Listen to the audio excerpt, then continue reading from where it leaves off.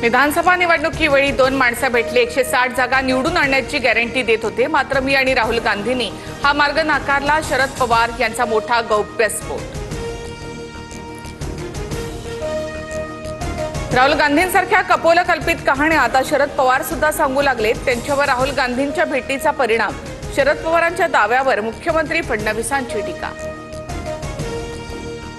शरद पवारांच्या दाव्यांमध्ये तथ्य असेल, निवडणूक आयोगावर टीका केली की भाजपला झोंबतं, आदित्य ठाकरे यांची टीका। राहुल गांधींनी निवडणूक आयोगावर आक्षेप घेतला असताना भाजप आणि मुख्यमंत्र्यांनी उत्तर देण्यास पुढे येण्याचं कारण काय? राहुल गांधींच्या प्रश्नांना आयोगाकडून उत्तर हवं आहे, शरद पवारांची प्रतिक्रिया।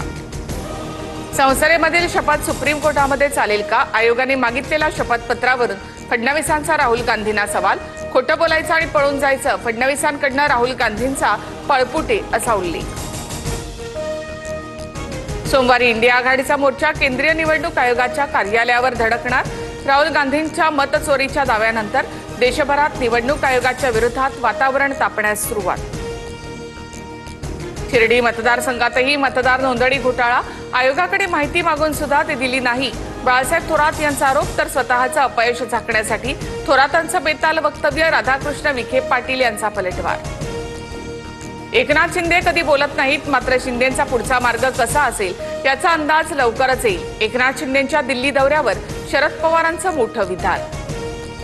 ठाकरे बंधू एकत्र येण्याबाबत इंडिया आघाडीत कोणालाही आक्षेप नाही।